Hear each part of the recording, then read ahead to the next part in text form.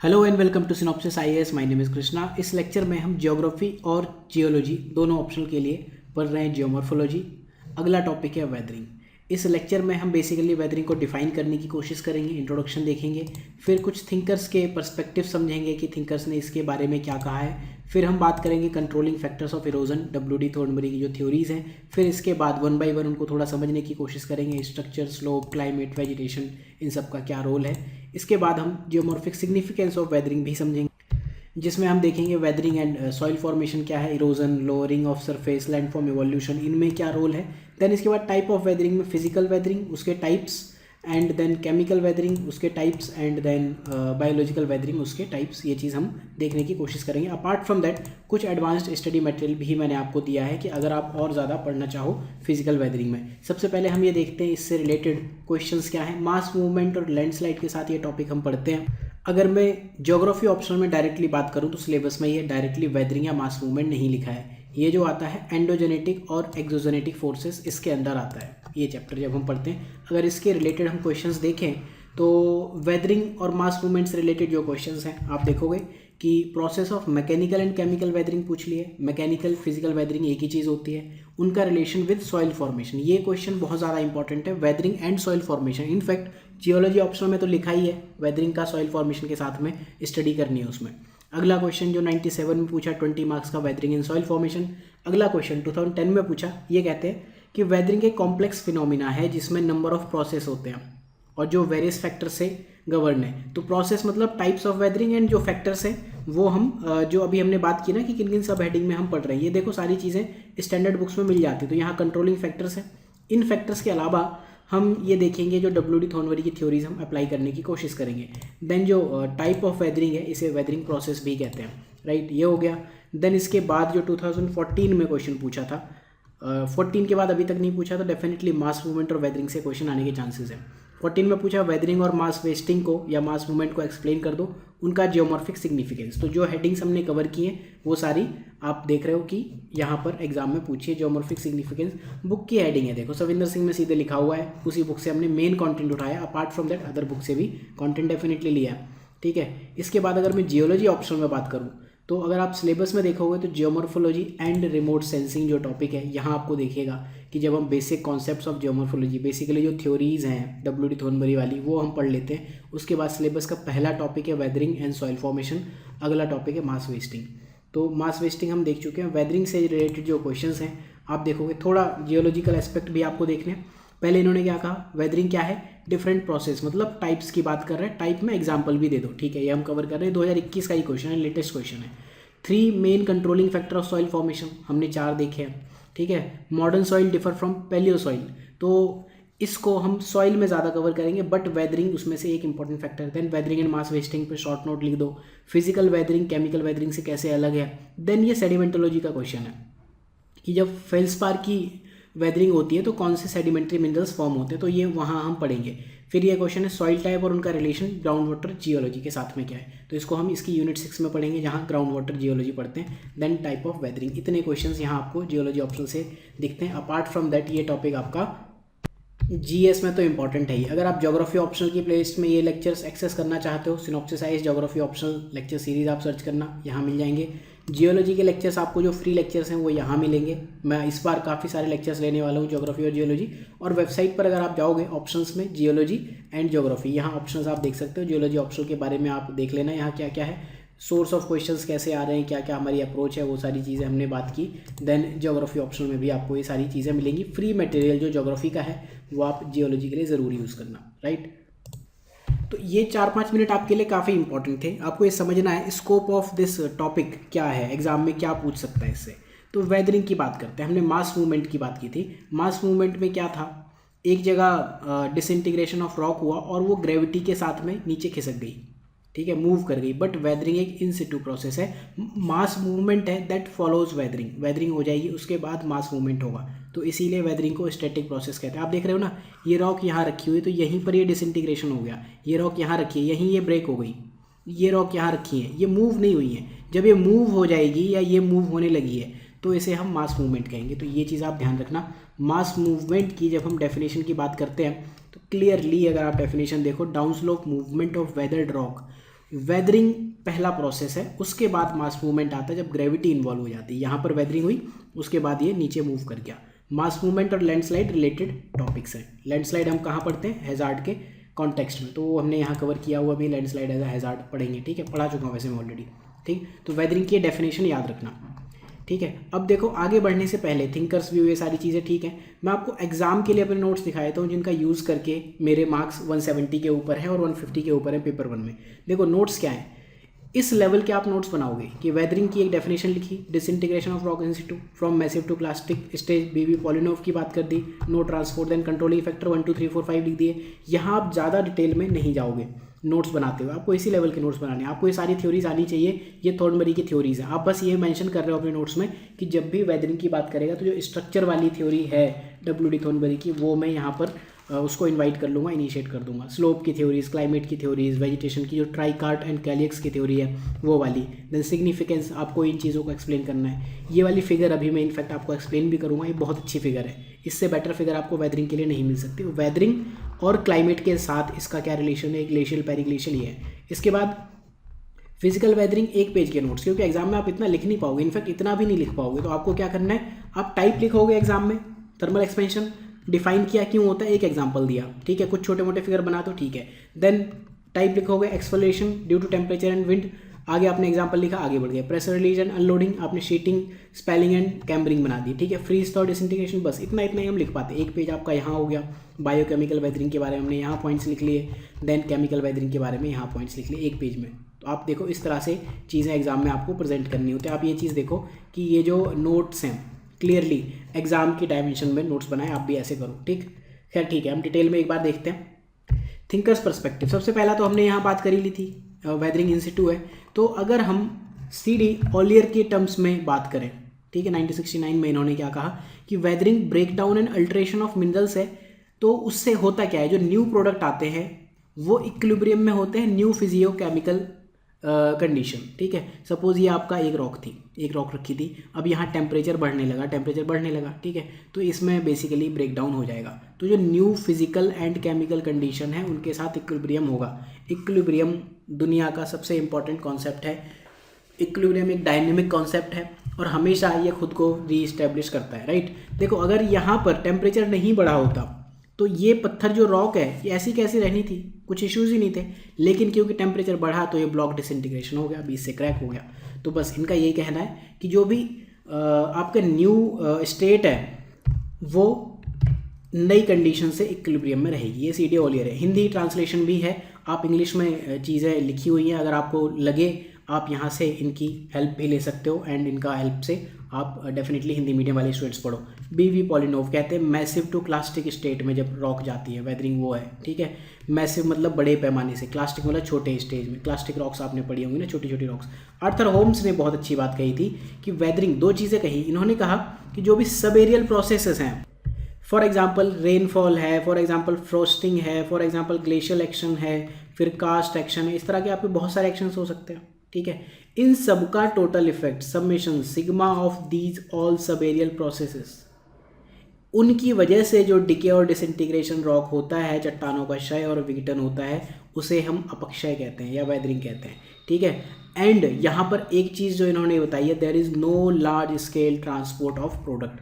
तो Arthur Holmes की जो डेफिनेशन है बहुत अच्छी डेफिनेशन, लेकिन जो छोटी डेफिनेशंस हैं वो आपको याद रह जाएंगी। ये पर्सपेक्टिव आप ज़रूर एग्जाम में मेंशन कर सकते हो 1-1 कीवर्ड या लाइन में। अब हम बात करते हैं कंट्रोलिंग फैक्टर्स ऑफ वेदरिंग की, ठीक है, कौन से कारक हैं जो इसको कंट्रोल करते हैं। तो जो जियोलॉजिकल फैक्टर्स हैं, चाहे वो मास मूवमेंट को कंट्रोल करने वाले हो या वेदरिंग को कंट्रोल करने वाले हो, उसमें ये WD थॉर्नबरी की जो थ्योरीज हैं ये तो कॉमन है, ठीक है।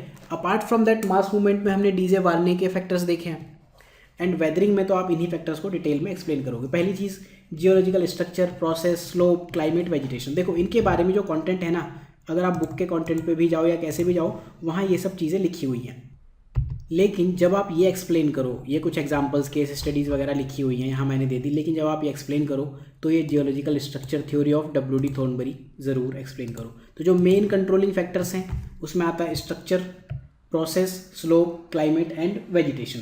अगर मैं आपको स्ट्रक्चर की थ्योरी की बात करूं तो आपने एक चीज़ पढ़ी होगी, geological structure is a dominant controlling factor, ठीक है। Dominant control factor in the evolution of landform, आपको वो वाली थ्योरी लिखनी है। आई थिंक ये डब्ल्यू डी थॉर्नबरी का कॉन्सेप्ट नंबर 2 है जो हमने पढ़ा है। प्रोसेस वाली जो थ्योरी है, ठीक है, प्रोसेस वाली थ्योरी आप कहाँ क्या यूज़ करोगे, the same physical process and laws that operate today, वही हमेशा से चले आ रहे हैं, जो आज हो रहा है वही हमेशा से हो रहा है, ठीक है। स्लोप के लिए आपके पास 6-7 स्लोप की थ्योरीज हैं, किसी एक का तो आप मेंशन करो एग्जाम में। क्लाइमेट के लिए आपको डब्ल्यू डी थॉर्नबरी की ही थ्योरी मिल जाएगी, या फिर एल सी पेल्टियर की आप जो थ्योरी है, each climate type produces its own characteristic assemblage on landform, climate का आप बताओ। देन वेजिटेशन में ट्राइकार्ट एंड कैलिक्स की थ्योरी है कि लाइक क्लाइमेट में हमने अभी पढ़ा ना कि each climate type produces own characteristic assemblage on landform, वैसे वेजिटेशन भी कहता है कि बिल्कुल क्लाइमेट की तरह, like climate vegetation type also produces characteristic and different assemblies upon landform. तो ये थ्योरीज आपको एक्सप्लेन करनी, इतना आपने कर दिया ना, एक एक 2-2 नंबर आप डेफिनेटली दूसरों से ज़्यादा ले जाओगे। और जो आप मुझसे पूछते हो कि क्यों आपके मार्क्स इतने इतने हैं 2 अटेम्प्ट्स में, तो उसका रीज़न यही है। पेपर 1 में अगर आपको 150 के ऊपर जाना है तो ये सब थ्योरीज आपको कोरिलेट करनी पड़ेगी, क्योंकि बहुत ज़्यादा डिटेल में आप ये सब रट नहीं सकते हो। अभी मैं आपको कहूँ कि स्ट्रक्चर और कंपोजिशन, कुछ 1-2 एग्जाम्पल रट लो, बहुत है। जब हम स्ट्रक्चर की थ्योरी पढ़ते हैं तो वहाँ हम एक चीज़ ज़रूर पढ़ते हैं, स्ट्रक्चर में क्या क्या आता है, कंपोजिशन ऑफ मिनरल क्या है, जॉइंटिंग क्या है, लेयरिंग कैसी है, फोल्डिंग क्या है, फोल्डिंग क्या है, बेडिंग स्ट्रक्चर कैसा है, हॉरिजॉन्टल है, किस टाइप का है, ठीक है। तो ये सारी चीज़ें हैं, ये सब कुछ nature and intensity of weathering को अफेक्ट करती हैं, प्रभावित करती हैं। फॉर एग्जाम्पल कुछ एग्जाम्पल्स हमें याद करने चाहिए, जैसे कार्बोनेट रॉक्स हैं, इनमें सॉल्युबल मिनरल बहुत ज़्यादा होते हैं, जहाँ सॉल्युबिलिटी ज़्यादा होगी वहाँ केमिकल वेदरिंग का एक टाइप ही है सॉल्यूशन, ठीक है। तो कार्बोनेट रॉक्स में केमिकल वेदरिंग होगी, ये याद रखना। स्ट्रक्चर एंड कंपोजिशन की जब आप कंपोजिशन की बात कर रहे हो ना, ठीक है। वेल जॉइंटेड रॉक्स, जिनमें बहुत ज़्यादा जॉइंट्स लगे हुए हैं, ठीक है, बहुत अच्छे से जॉइंटेड है, तो मैकेनिकल डिसइंटीग्रेशन हो जाएगा। क्यों, टेम्परेचर बढ़ेगा घटेगा, डायगोनल चेंजेस इन लैंडफॉर्म आएंगे, तो जॉइंट्स मैकेनिकल डिसइंटीग्रेशन से आपके ब्रेक हो जाएंगे। वर्टिकल स्ट्रेटा की रॉक्स है, अभी हमने ऊपर एक फिगर देखी थी, अगर आपको इस तरह के स्ट्रेटा दिख रहे हैं तो फिर अगेन टेम्परेचर चेंज से वो ब्रेक होगी, फ्रॉस्ट एक्शन, वाटर यहाँ पर जाके चीज़ें धीरे धीरे सीप करेगी ना। अगर मैं कलर चेंज करके आपको बताऊँ तो वाटर यहाँ सीप करेगा धीरे धीरे, फिर वो फ्रीज एंड थॉ एक्शन होगा, जमेगा, पिघलेगा, जमेगा, कूलिंग, मेल्टिंग, ये सारी चीज़ें चलती रहेंगी, ठीक है। अगेन वाटर विंड एक्शन, तो वर्टिकल स्ट्रेटा है वहाँ पर आप देखोगे ईजी होता है, लेकिन अगर हॉरिजॉन्टल बेड्स हैं, इस तरह की बेड्स हैं, तो इसमें डायरेक्टली सीप करने के चांसेस कम है, तो यहाँ पर डिकम्पोजिशन या वेदरिंग कम होती है। इसके बाद अगर हम दूसरे प्रोसेस की बात करें तो स्लोप है। स्लोप की थ्योरीज जो भी आपको याद आए, 1-2 थ्योरी ज़रूर बता देना, कुछ नहीं तो जो हम पहली 2 थ्योरीज पढ़ते हैं वो तो आप डेफिनेटली बता ही सकते हो, राइट, डेविस और पैंकी। तो ये कहता है कि स्टीप हिल स्लोप है तो मैकेनिकल वेदरिंग होगी। अब आप देखो, एक स्लोप ऐसा है, ठीक है, और एक स्लोप ऐसा है, तो इस वाले पे ज़्यादा मैकेनिकल वेदरिंग के चांसेस हैं, ठीक है। और वेदरिंग जैसे ही होती है वो मास मूवमेंट से नीचे गिर जाएगा। जैसे यहाँ अगर पहाड़ पे वेदरिंग हुई तो ग्रेविटी तुरंत काम करेगी, तो वेदरिंग के जस्ट बाद मास मूवमेंट आएगा। तो ये चीज़ आप ध्यान रखोगे, यांत्रिक अपक्षय कहते हैं इसको, ठीक है, फिजिकल वेदरिंग को और मैकेनिकल वेदरिंग को, ठीक। अगर जेंटल और मॉडरेट स्लोप है तो यहाँ पर जैसे हमने बात की, मैकेनिकल डिसइंटीग्रेशन कम होगा, आराम से सपोर्टेड है, ठीक है। वेजिटेशन का एक इंपॉर्टेंट रोल होता है स्लोप में, ठीक। वेजिटेशन ज़्यादा है तो वो स्लोप को स्टेबलाइज करने में हेल्प करती है, ठीक है। वेजिटेशन का रोल डिटेल में हम अभी यहाँ पढ़ने वाले ही हैं। स्लोप की थ्योरी प्लस ये चीज़ कर लो।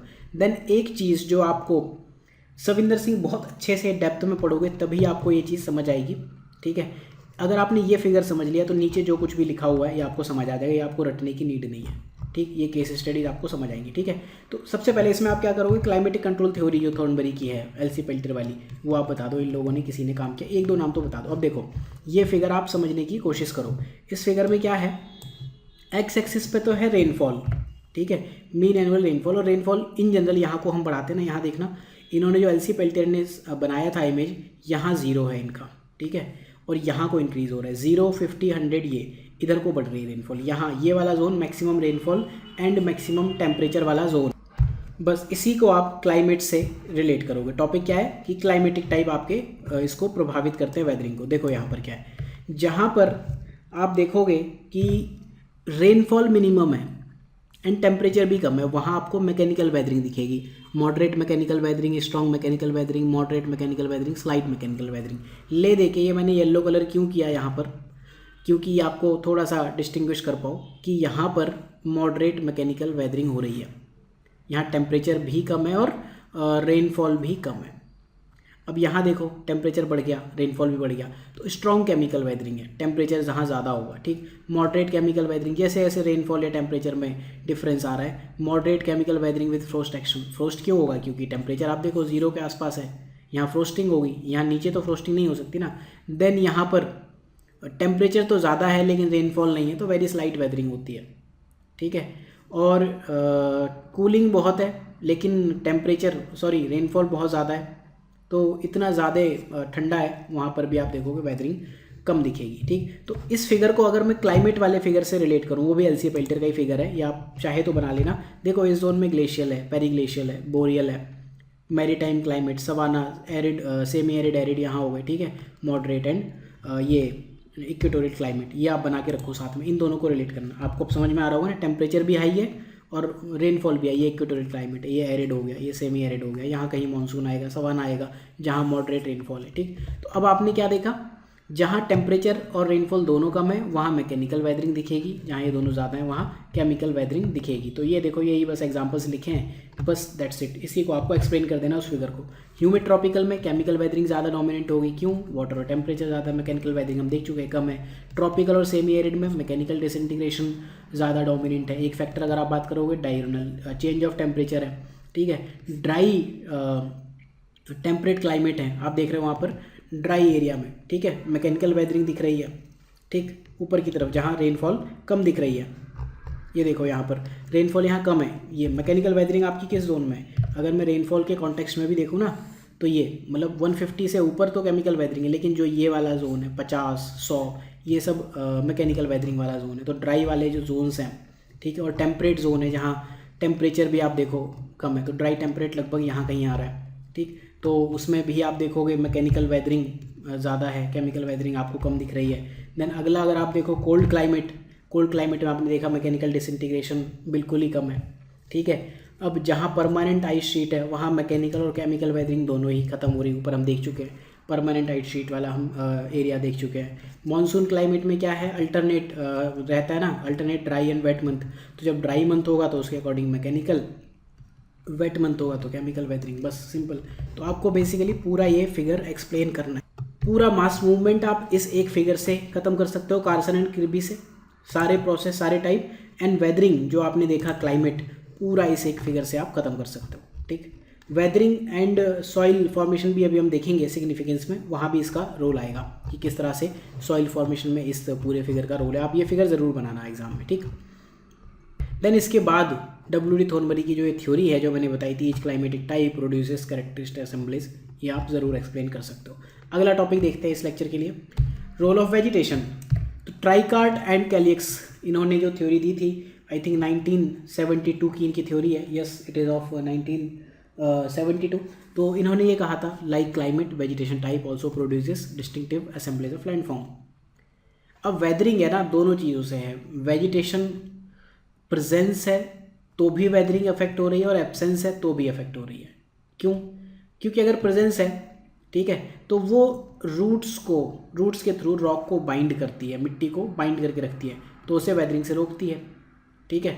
तो ये सपोज आपका रॉक है, यहाँ पर आपका ट्री लगा हुआ है, ठीक, ये रूट्स हैं, ठीक है, तो इन्होंने सॉइल को बाइंड करके रखा है, तो वेदरिंग नहीं होगी। लेकिन अगर रूट पेनिट्रेट करेगी और डीपर चली गई, बढ़ रही ना रूट, तो वेदरिंग होने लगेगी। आप देखते हो घरों में सीमेंट के जो घर होते हैं और उनमें आप देखोगे बालकनीज़ में कहीं कहीं छोटे छोटे पेड़ उगाते हैं, तो वो सब एरिया क्रैक होने लगता है, ठीक, तो वेदरिंग को बढ़ा रहा है। डेंस वेजिटेशन है तो डायरेक्ट इम्पैक्ट ऑफ सन से तो बचा लेगी, ठीक है, सन की रेज डायरेक्टली नहीं पड़ेंगी ना, ये पेड़ लगे हुए हैं, ये पेड़ लगे हुए हैं, तो सन रेज को डायरेक्टली यहाँ आने में मेहनत करनी पड़ेगी, तो mechanical weathering due to temperature जो हो रही है वो बचेगी, ग्राउंड का टेम्परेचर थोड़ा कम ही रहेगा। और एक चीज़ और है, सॉइल के साथ में माइक्रो ऑर्गेनिज्म भी एसोसिएटेड होते हैं, तो बायोकेमिकल वेदरिंग है। तो जब भी आप वेजिटेशन की बात करोगे, पूरा बायोकेमिकल वेदरिंग आपके लिए है। अगले लेक्चर में हम बात करेंगे जियोमॉर्फिक सिग्निफिकेंस ऑफ वेदरिंग।